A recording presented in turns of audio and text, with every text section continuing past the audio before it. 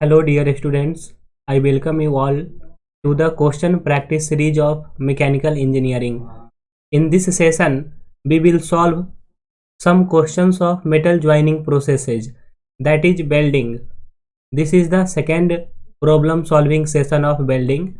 Before this session, I have done a session in which we have solved some wonderful questions of metal joining processes. I am Subhash sir, your educator of mechanical engineering branch. आज के class में हम लोग metal joining process से related कुछ question को solve करेंगे।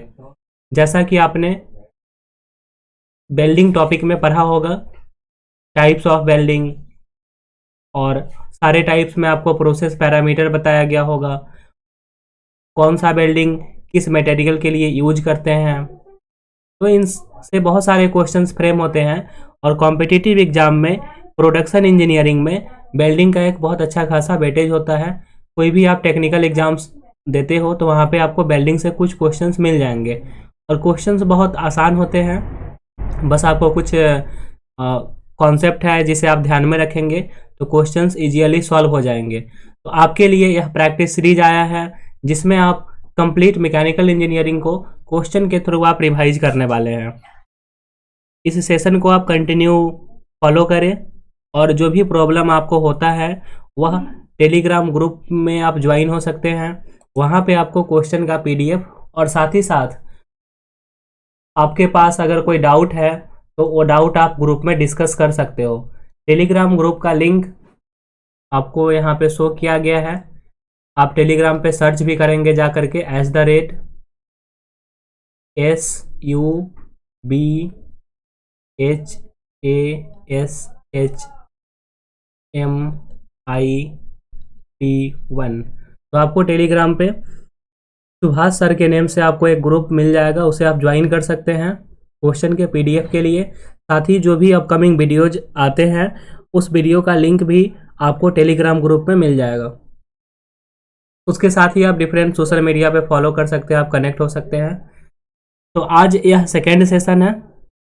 कल मैंने एक सेशन लिया था, अगर आपने उस सेशन को अभी तक नहीं देखा है तो आप वीडियो के डिस्क्रिप्शन बॉक्स में आपको प्रीवियस वीडियो का लिंक मिल जाएगा, या आप मेरे चैनल पे डायरेक्ट विजिट करके क्वेश्चन प्रैक्टिस सीरीज वाले प्लेलिस्ट में जा करके वेल्डिंग के फर्स्ट सेशन को आप देख सकते हैं। तो आइए आज के क्लास में हम लोग अपने प्रैक्टिस सेशन को कंटिन्यू करते हुए कुछ क्वेश्चंस को सॉल्व करते हैं। यह जो आपका प्रैक्टिस सीरीज है यह अपकमिंग एग्जाम्स के लिए, जैसे अगर आप SSC JE, RRB JE, BARC, ISRO, इसके साथ साथ आप स्टेट एई जेई प्रिपरेशन आप कर रहे हैं तो उन सभी में यह सीरीज आपको बहुत ही हेल्पफुल होने वाला है। अभी फिलहाल आपका प्रोडक्शन इंजीनियरिंग स्टार्ट हुआ है और आने वाले दिनों में मैकेनिकल इंजीनियरिंग के अदर सब्जेक्ट्स को भी मैं लेने वाला हूं।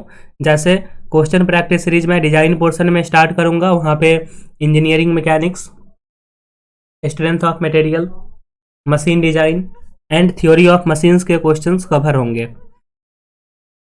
चलिए हम लोग क्वेश्चन की तरफ प्रोसीड करते हैं। तो आज का आपका फर्स्ट क्वेश्चन है, in case of arc welding with reverse polarity. देखो, जब भी आर्क वेल्डिंग का बात किया जाएगा वहां पे आपको दो तरह का पोलैरिटी ध्यान में रखना है। एक होता है स्ट्रेट पोलैरिटी और दूसरा होता है रिवर्स पोलैरिटी। तो यहाँ पे क्वेश्चन आपसे पूछा जा रहा है रिवर्स पोलैरिटी में क्या होता है। फर्स्ट ऑप्शन है electrode is kept as positive pole, second है electrode is kept as negative pole, third option is electrode is kept as neutral pole, fourth option is electrode is kept at alternating changing pole. जब भी हम arc welding का बात करते हैं तो arc welding में जब आप डीसी करंट को यूज करते हैं तो वहां पे आप दो तरह के पोलैरिटी का बात करते हैं। एक होता है आपका रिवर्स पोलैरिटी और दूसरा होता है आपका स्ट्रेट पोलैरिटी।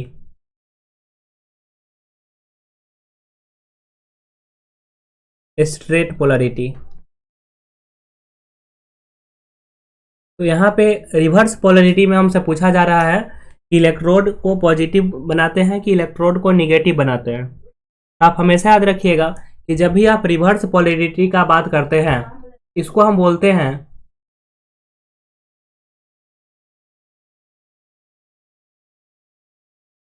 कि इस कंडीशन में इलेक्ट्रोड आपका पॉजिटिव पोल होता है। रिवर्स पोलैरिटी के केस में इलेक्ट्रोड आपका पॉजिटिव पोल होता है। तो ऑप्शन नंबर यहाँ पे जो फर्स्ट है वह आपका करेक्ट ऑप्शन है। ठीक है। अब रिवर्स पोलैरिटी का जब हम बात कर रहे हैं तो यहाँ पे कुछ बात को आप समझिए। अगर हम रिवर्स पोलैरिटी यूज कर रहे हैं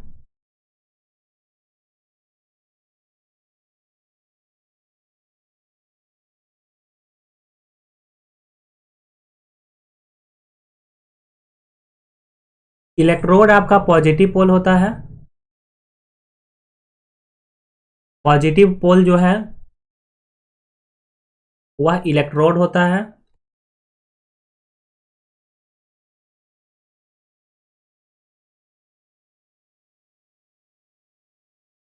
पॉजिटिव पोल कौन है? इलेक्ट्रोड। ध्यान रखेंगे, जब इलेक्ट्रोड पॉजिटिव पोल पे होगा तो जो वर्क पीस होगा वह आपके निगेटिव से कनेक्ट होगा। वर्क पीस जो होगा वह निगेटिव पोल होता है, तो निगेटिव पोल आपका वर्क पीस पे होगा। Negative pole is present on work piece. बात समझ में आया? जब रिवर्स पोलैरिटी का हम बात करते हैं तो वर्क पीस आपका निगेटिव होता है और इलेक्ट्रोड पॉजिटिव होता है। रिवर्स पोलैरिटी को हम एक और नाम से जानते हैं, डायरेक्ट करंट इलेक्ट्रोड पॉजिटिव। इसको आप बोलते हैं DCEP, direct current electrode positive. तो क्वेश्चन आपको दोनों तरह से पूछा जाता है। कभी कभी आपको वो DCEP लिखेगा, तो DCEP से आपको समझना है कि डायरेक्ट करंट इलेक्ट्रोड पॉजिटिव, और इसी को हम लोग रिवर्स पोलैरिटी के नाम से भी जानते हैं। अच्छा, अगर हम स्ट्रेट पोलैरिटी का बात करेंगे, इसका नाम होता है direct current electrode negative, DCEN। तो यहाँ पर इलेक्ट्रोड निगेटिव होगा और वर्कपीस आपका पॉजिटिव होता है। बात समझ में आया? तो जो आपका स्ट्रेट पोलैरिटी है वह रिवर्स पोलैरिटी का अपोजिट है। रिवर्स पोलैरिटी में इलेक्ट्रोड पॉजिटिव होगा, वर्कपीस निगेटिव होगा। स्ट्रेट पोलैरिटी के केस में आपका जो वर्कपीस है वह पॉजिटिव होगा, इलेक्ट्रोड निगेटिव होगा। बात समझ में आया? तो आपको यह दोनों कॉन्सेप्ट याद रखना है। अच्छा, पॉजिटिव पोल अगर है या पोल अगर निगेटिव है तो उससे क्या फर्क पड़ता है? आप एक बात हमेशा ध्यान रखिएगा कि जो भी आपका पॉजिटिव साइड होगा उस पर आपका टोटल हीट का 2/3 एम्पियर होगा। 2/3 of total heat.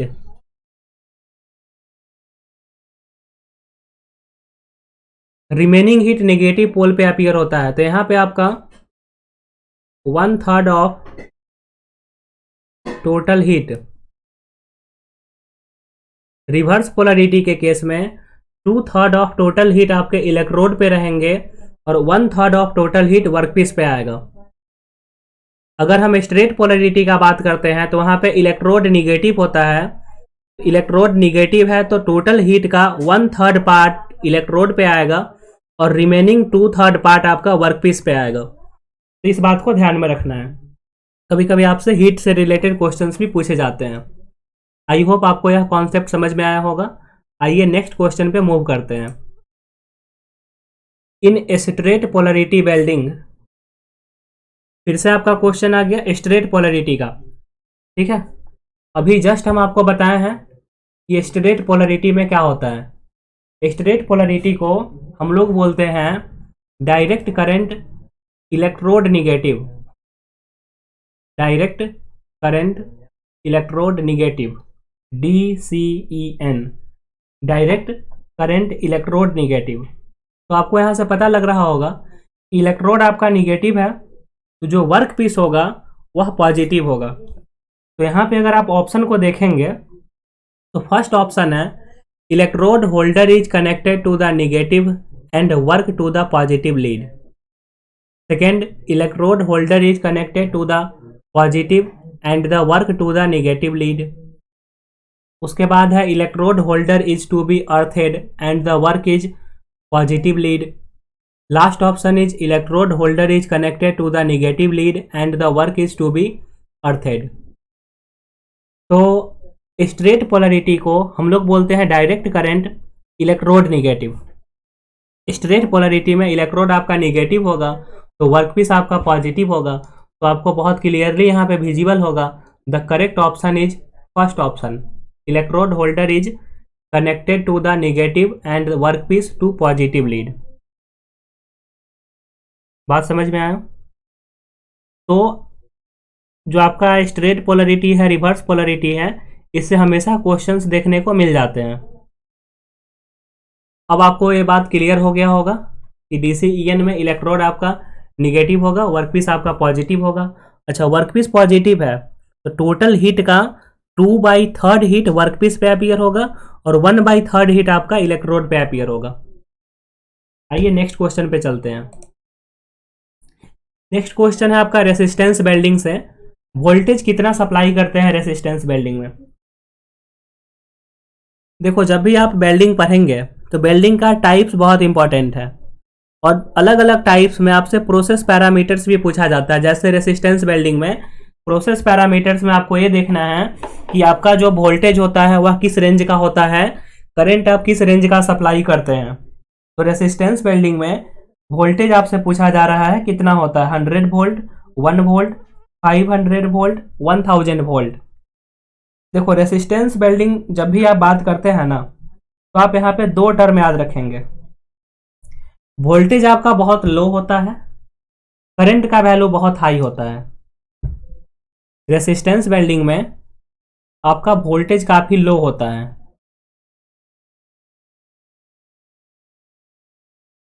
Low voltage, और वोल्टेज का जो रेंज होता है वह 0.5 टू 10 वोल्ट तक हो सकता है। हाई करंट होगा यहाँ।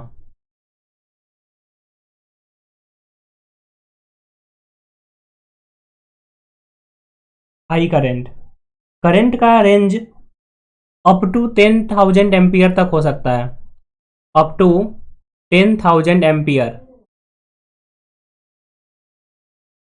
तो रेसिस्टेंस वेल्डिंग में आप दोनों टर्म याद रखेंगे, आपसे वोल्टेज या करंट कुछ भी पूछा जा सकता है।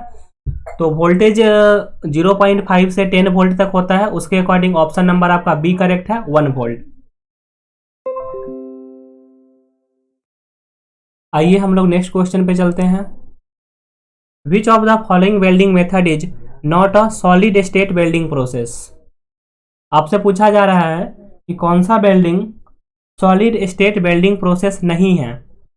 Friction welding, forge welding, resistance spot welding, ultrasonic welding. देखो, जब वेल्डिंग का टाइप्स आपने पढ़ा होगा तो वहां पे आपको बताया गया होगा solid state welding. Solid state welding क्या होता है? यह ग्रुप ऑफ वेल्डिंग प्रोसेस है जिसमें जो टेम्परेचर आपका होता है वह बेस मटेरियल के टेम्परेचर से कम टेम्परेचर पे हम लोग वर्क करते हैं। बेस मटेरियल के मेल्टिंग पॉइंट से कम टेम्परेचर पे हम लोग वर्क करते हैं। इसका मीनिंग यह हुआ कि जिस 2 मेटल प्लेट को ज्वाइन करना हो, जिस 2 वर्कपीस को ज्वाइन करना हो, उसका कुछ मेल्टिंग पॉइंट टेम्परेचर होगा, तो उसके मेल्टिंग पॉइंट से कम टेम्परेचर पे हम लोग वर्क करेंगे। प्रेशर यूज कर भी सकते हैं, नहीं भी कर सकते हैं, जैसा रिक्वायरमेंट है। सॉलिड स्टेट वेल्डिंग का कुछ एग्जाम्पल है आपका friction welding, forge welding, ultrasonic welding. ये सब सॉलिड स्टेट वेल्डिंग का एग्जाम्पल है। आपसे क्वेश्चन में पूछा जा रहा है कि कौन सा सॉलिड स्टेट वेल्डिंग नहीं है, तो option number C resistance spot welding यह सॉलिड स्टेट वेल्डिंग का एग्जाम्पल नहीं है। बात समझ में आया? Resistance welding is correct option, यह सॉलिड स्टेट वेल्डिंग नहीं है। सॉलिड स्टेट वेल्डिंग क्या होता है एक बार आप देख लीजिए। रिफरेंस के लिए मैंने यहाँ पे कुछ पॉइंट्स को इंक्लूड किया है ताकि आप रिवाइज करेंगे तो जो पॉइंट मैंने आपको बताया है वह पॉइंट आपको इस PDF में मिल जाएगा। Solid state welding is a group of welding processes which produces coalescence at temperature essentially below the melting point of the base material being joined। जो बेस मटेरियल होता है जिसे ज्वाइन करना है उसके मेल्टिंग पॉइंट से बिलो टेम्परेचर पे हम वर्क करेंगे without the addition of brazing filler metal. Pressure में और may not be use. Example क्या है इसका? Friction welding, ultrasonic welding, forge welding. Resistance spot welding is not a solid state welding. तो अगर आपको सॉलिड स्टेट वेल्डिंग का example पूछा जा रहा है तो फ्रिक्शन वेल्डिंग, अल्ट्रासोनिक, फोर्ज ये सब सॉलिड स्टेट वेल्डिंग है। तो ऑप्शन के अनुसार अगर आप देखेंगे तो resistance spot welding solid state welding का एग्जाम्पल नहीं है। आइए नेक्स्ट क्वेश्चन पे चलते हैं। The proportion of acetylene and oxygen used in gas welding. बहुत फेमस क्वेश्चन है गैस वेल्डिंग का।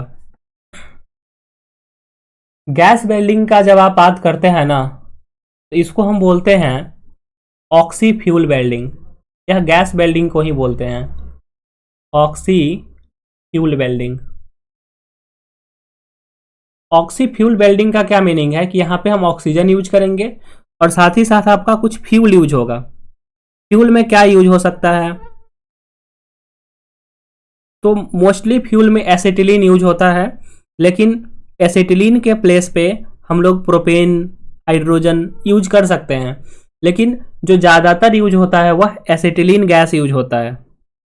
तो गैस वेल्डिंग में हम लोग ऑक्सीजन एंड एसिटिलीन इसके मिक्सचर को यूज करते हैं जिससे फ्लेम प्रोड्यूस होता है और उस फ्लेम से हम लोग वेल्डिंग करते हैं। तो फ्यूल में आपका प्रोपेन यूज हो सकता है, हाइड्रोजन यूज हो सकता है ऑक्सीजन के साथ। कब यूज करते हैं हाइड्रोजन का, प्रोपेन का? जब लो मेल्टिंग पॉइंट वाले मटेरियल को मेल्ट करना हो, लो मेल्टिंग पॉइंट वाले मटेरियल को वेल्ड करना हो, तब हम वहां पे प्रोपेन या हाइड्रोजन यूज कर सकते हैं। बट इन जनरल आपको फ्यूल के जगह एसिटिलीन ही देखने को मिलता है।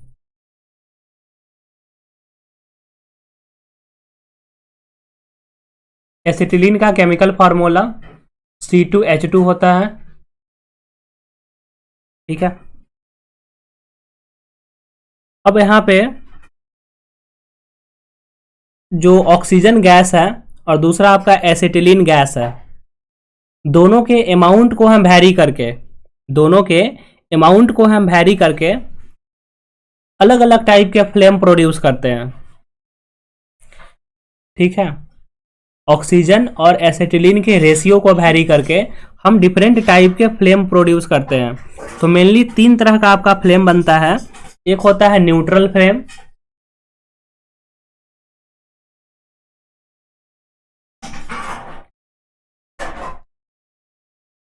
दूसरा आपका होगा कार्ब्यूराइजिंग फ्लेम,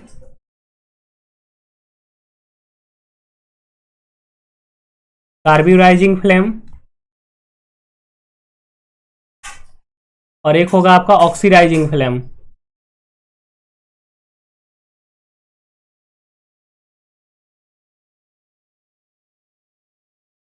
बात समझ में आया? तो बेसिकली 3 टाइप का आपका फ्लेम वहां पे बनता है।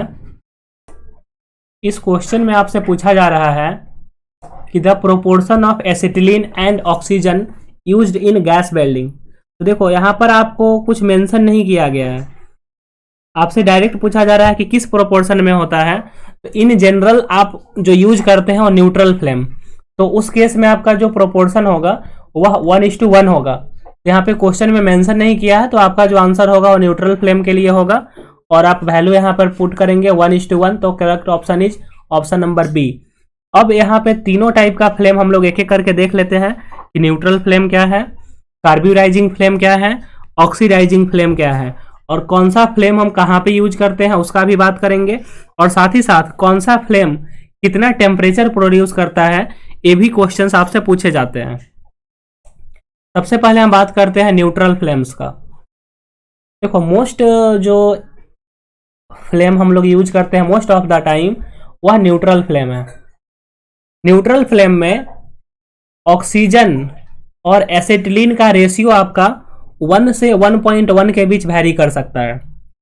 मतलब ये हुआ कि ऑक्सीजन और एसिटिलीन का जो अमाउंट है वो अप्रॉक्स इक्वल है। अगर इक्वल होगा तो रेशियो आपका 1 आएगा। तो रेशियो आपका ऑक्सीजन और एसिटिलीन का 1 से 1.1 के बीच में वैरी कर सकता है।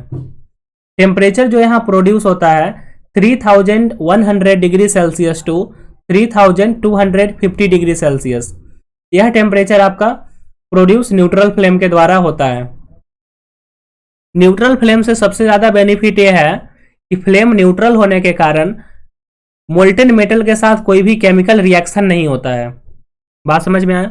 फ्लेम अगर आपका न्यूट्रल होगा तो मोल्टेन मेटल के साथ कोई भी केमिकल रिएक्शन नहीं होगा। सबसे ज्यादा मेन बेनिफिट न्यूट्रल फ्लेम का यही है कि यहाँ पे कोई केमिकल रिएक्शन मोल्टेन मेटल के साथ नहीं होता है। बात समझ में आ गया? अब हम लोग बात करते हैं कार्ब्यूराइजिंग फ्लेम का। देखो कार्ब्यूराइजिंग फ्लेम में आपका क्या होगा कि जो एसिटिलीन गैस का अमाउंट है वह ऑक्सीजन से ज्यादा होगा। इसका मतलब क्या है कि यह फ्लेम एसिटिलीन रिच गैस के कारण बनेगा। मिक्सचर में ऑक्सीजन से ज्यादा एसिटिलीन गैस आपका प्रेजेंट होगा।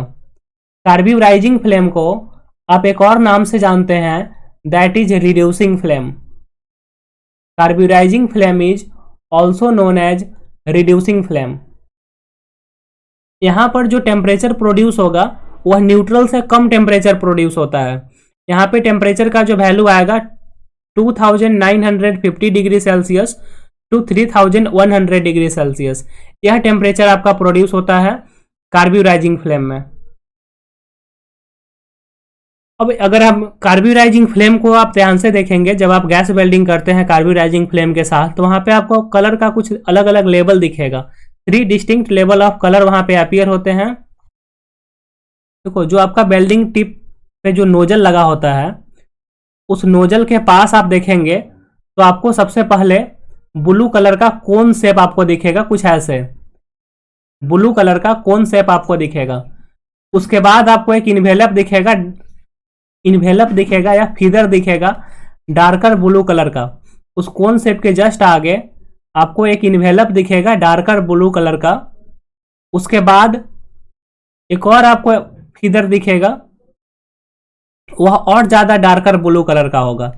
तो आप बहुत आसानी से देख सकते हैं कि जब कार्ब्यूराइजिंग फ्लेम होगा तो नोजल के पास आपको एक कोन शेप का इनर कोन दिखेगा। उसके बाद एक ब्लू कलर का एक फीदर दिखेगा। उसके बाद एक डार्कर ब्लू कलर का आपको फीदर दिखेगा। तो 3 डिस्टिंक्ट लेवल ऑफ कलर वहां पे अपीयर होते हैं। अगर आपको हाई कार्बन स्टील का वेल्डिंग करना है या वैसा मटेरियल को वेल्ड करना है जो कार्बन को जल्दी एब्जॉर्ब नहीं करते हैं, तब आप वहां पर कार्ब्यूराइजिंग फ्लेम को आप यूज कर सकते हैं। तो आप ध्यान रखेंगे कि कार्ब्यूराइजिंग फ्लेम का यूज होता कहां पे है, तो हाई कार्बन स्टील के केस में कार्ब्यूराइजिंग फ्लेम यूज होता है। आइए हम थर्ड टाइप ऑफ फ्लेम के बारे में बात करते हैं, वह है आपका ऑक्सीडाइजिंग फ्लेम। देखो ऑक्सीडाइजिंग फ्लेम आपको नेम से ही क्लियर है कि यह ऑक्सीजन रिच होगा। जब हम यहाँ पे मिक्सचर बनाएंगे ऑक्सीजन और एसिटिलीन का, तो ऑक्सीजन का अमाउंट ज्यादा होगा। यह जो टेम्परेचर प्रोड्यूस करता है वह सबसे ज्यादा टेम्परेचर प्रोड्यूस करता है। न्यूट्रल फ्लेम से भी ज्यादा टेम्परेचर आपका ऑक्सीडाइजिंग फ्लेम प्रोड्यूस करता है।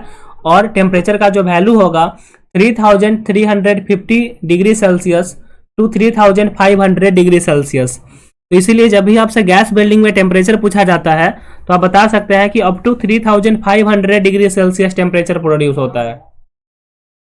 ऑक्सीडाइजिंग फ्लेम जो होता है वह शॉर्टर होता है और ब्लू कलर का होता है। यह बात समझ में आया? और इससे पहले जो 2 फ्लेम पढ़े हैं न्यूट्रल और कार्ब्यूराइजिंग, तो उसमें आपका सबसे इनर कोर जो होगा ना वो ज्यादा पॉइंटेड होगा, लेकिन ऑक्सीडाइजिंग फ्लेम में आपका फ्लेम बहुत शॉर्ट होता है। अब ऑक्सीडाइजिंग फ्लेम में आपको पता है कि ऑक्सीजन का कंटेंट ज्यादा है, तो जब हम वेल्डिंग करते हैं तो वह ऑक्सीजन मेटल के साथ रिएक्ट करता है और ऑक्साइड बना लेता है। मेटल ऑक्साइड जानते हैं आप ब्रिटल होता है, और बेल्ड स्टील को मेटल को यह वीकेन कर देता है, यह कमजोर कर देता है। Because of its oxidizing property it is seldom use to weld steel. तो स्टील में बहुत कम यूज करते हैं, लेकिन ऑक्सीडाइजिंग फ्लेम का यूज होता कहाँ पे है, तो कॉपर बेस एलवाई है, जिंक बेस एलवाई है, उसके केस में आप ऑक्सीडाइजिंग फ्लेम यूज कर सकते हैं। कास्ट आयरन हो, मैग्नीज हो, इन सभी के केस में आप ऑक्सीडाइजिंग फ्लेम यूज करते हैं। बात समझ में आया? आइए नेक्स्ट क्वेश्चन पे चलते हैं। The primary cause for deflection of arc during arc welding is. देखो, जब आप आर्क के डिफ्लेक्शन का बात करते हैं तो इसको हम लोग बोलते हैं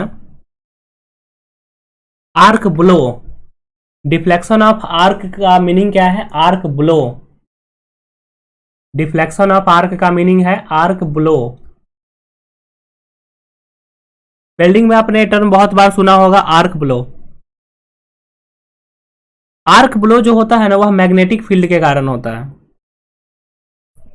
बात समझ में आया? आर्क ब्लो का मीनिंग होता क्या है?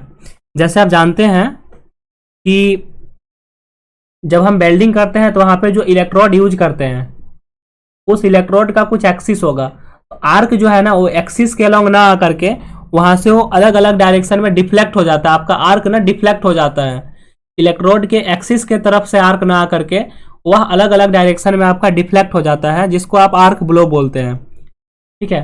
और आर्क ब्लो के केस में आपको कुछ बात ध्यान में रखना है कि यह ज्यादा जो होता है वह डीसी वेल्डिंग में देखने को मिलता है। आर्क ब्लो डीसी वेल्डिंग में देखने को मिलता है और यह होता है मैग्नेटिक फील्ड के कारण। तो आपसे पूछा जा रहा था cause for deflection of arc during arc welding is, तो आपका जो कॉज है वो है आपका magnetic field. The primary cause for deflection of arc during arc welding is magnetic field, जिसको आर्क ब्लो बोलते हैं। Arc blow is basically the deflection of electric arc from its axis of electrode. तो electrode के axis से arc का जो deflection है वह कहलाता है आर्क ब्लो, जो मैग्नेटिक फील्ड के कारण होता है। Arc blow is mainly encounter during DC arc welding due to interaction between different electromagnetic field in and around the welding arc. तो इलेक्ट्रोमैग्नेटिक फील्ड का इंटरेक्शन होता है डिफरेंट इलेक्ट्रोमैग्नेटिक फील्ड का, उसके कारण डीसी वेल्डिंग के केस में आपको आर्क ब्लो देखने को बहुत ज्यादा मिलता है। बात समझ में आया? आइए हम लोग नेक्स्ट क्वेश्चन पे चलते हैं। TIG welding. देखो, टिग वेल्डिंग का क्वेश्चन आपको बहुत जगह देखने को मिलेगा। तो टिग वेल्डिंग से रिलेटेड आपसे क्या ऑप्शन यहाँ पे करेक्ट है वो पूछे जा रहे हैं। फर्स्ट है uses no inert gas for shielding. Second option is a resistance welding process. Third है uses electrode of high current carrying capacity. Fourth है uses consumable electrode. TIG welding को आप बोलते हैं tungsten inert gas welding. Tungsten inert gas welding, या इसी का दूसरा नाम भी है gas tungsten arc welding. TIG welding को आप बोलते हैं गैस टंगस्टन आर्क वेल्डिंग या tungsten inert gas welding. TIG welding में जो यूज होता है वह यूज होता है non consumable tungsten electrode. Non consumable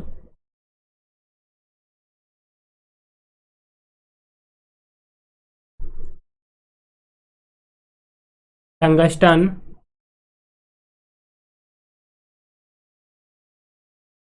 electrode. बहुत बार एग्जाम में क्वेश्चन पूछा गया है कि नॉन कंज्यूमेबल टंगस्टन इलेक्ट्रोड कहाँ यूज होता है या नॉन कंज्यूमेबल इलेक्ट्रोड कहाँ यूज होता है। तो वह यूज होता है आपका गैस टंगस्टन आर्क वेल्डिंग में, जिसको आप टिग वेल्डिंग बोलते हैं।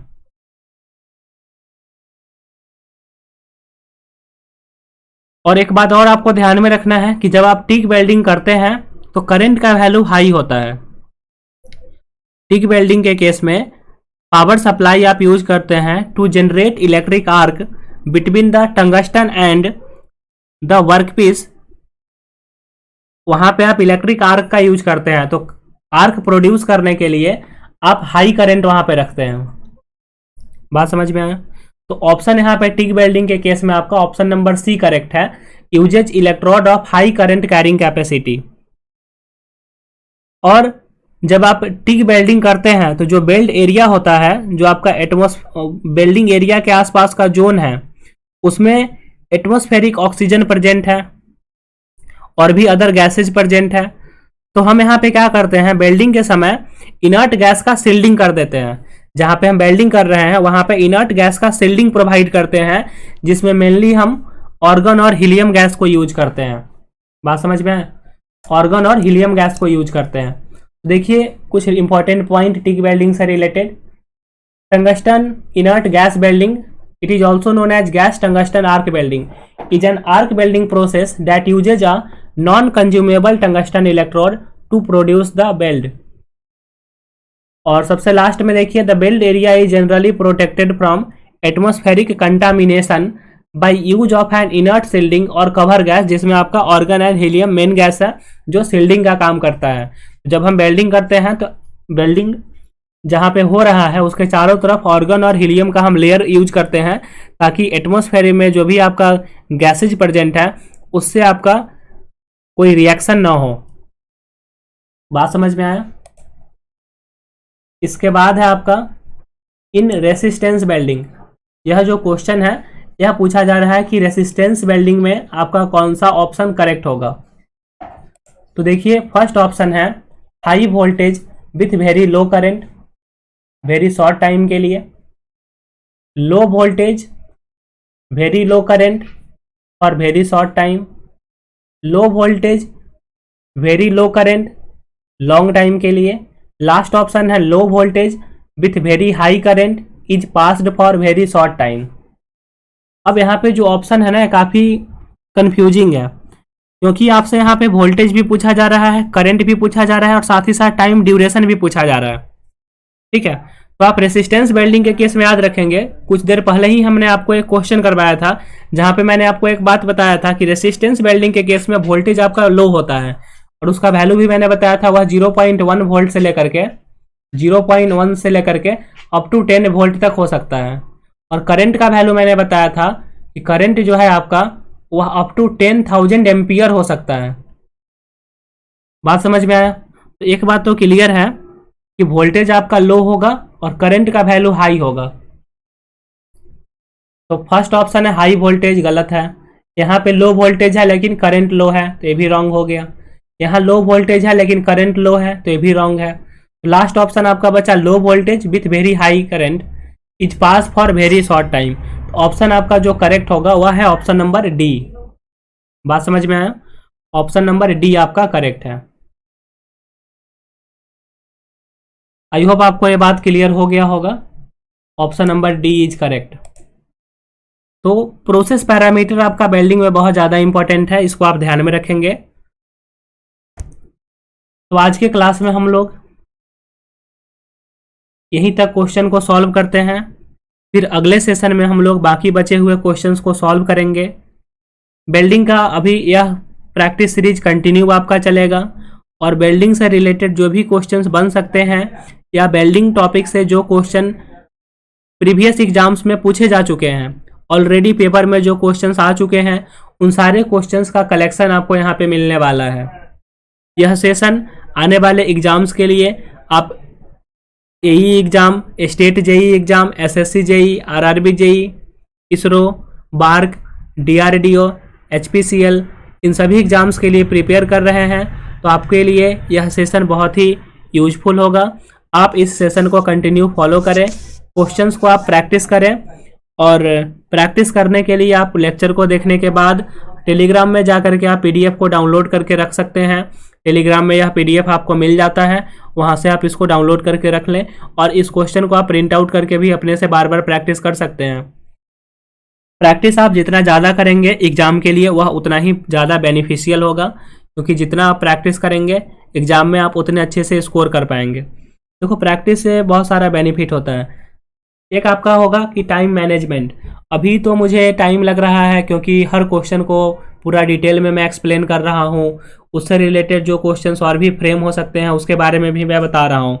लेकिन आप इसको जब एक बार अच्छे से पढ़ लेंगे तो आपको इसको करने में ज़्यादा टाइम नहीं लगेगा और जितना आप प्रैक्टिस करेंगे आपका स्पीड उतना ही इम्प्रूव होगा और एग्ज़ाम में भी आप उसको अच्छे ढंग से कर पाएंगे। क्योंकि कोई भी आप कॉम्पिटिटिव एग्ज़ाम का बात करते हैं वहाँ पे आपका स्पीड, एक्यूरेसी, टाइम मैनेजमेंट, यही 3 फैक्टर हैं जो सबसे ज़्यादा ध्यान में रखना है।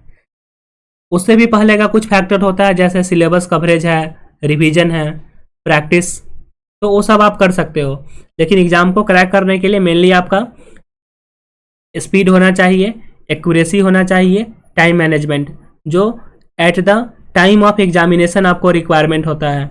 लेकिन उससे पहले का स्टेज क्या है कि आप टॉपिक को अच्छे से पढ़िए, कंप्लीट सिलेबस को कवरेज कीजिए, प्रीवियस ईयर पेपर से आप देखिए कि क्वेश्चन किस लेवल का पूछा जाता है, साथ ही साथ प्रैक्टिस और अलग अलग वैरायटी के क्वेश्चंस को करेंगे तो उससे आपका जो कॉन्सेप्ट है वह बिल्ड होगा और बहुत सारे एग्जाम्स में उसका आपको बेनिफिट मिलने वाला है। तो आज के क्लास में हम लोग सेशन को यहीं पे एंड करते हैं, फिर मिलेंगे नेक्स्ट सेशन में वेल्डिंग के बचे हुए क्वेश्चंस के साथ। वो क्वेश्चंस बहुत ही इंपॉर्टेंट होंगे, तो फिर हम लोग नेक्स्ट सेशन में और भी क्वेश्चंस को सॉल्व करेंगे। आज का क्लास आपको कैसा लगा यह कमेंट करके ज़रूर बताएं। तब तक के लिए थैंक यू सो मच।